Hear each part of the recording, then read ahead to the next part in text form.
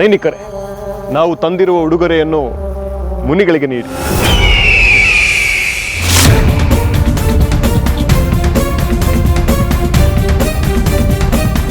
ನಿಲ್ಲಿ! ಯಾರಾದರೂ ಇನ್ನು ಒಂದು ಹೆಜ್ಜೆ ಮುಂದೆ ಇಟ್ಟರು ಎಚ್ಚರ.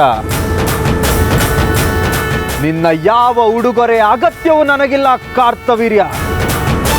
ನಿಜ ಹೇಳಬೇಕು ಎಂದರೆ ನಾನೇ ನಿನ್ನ ಬಳಿ ಬರುವವನಿದ್ದೆ. ಇಂದು ನೀನೇ ಇಲ್ಲಿಗೆ ಬಂದದ್ದು ಒಂದು ರೀತಿಯಲ್ಲಿ ಒಳ್ಳೆಯದೇ ಆಯಿತು.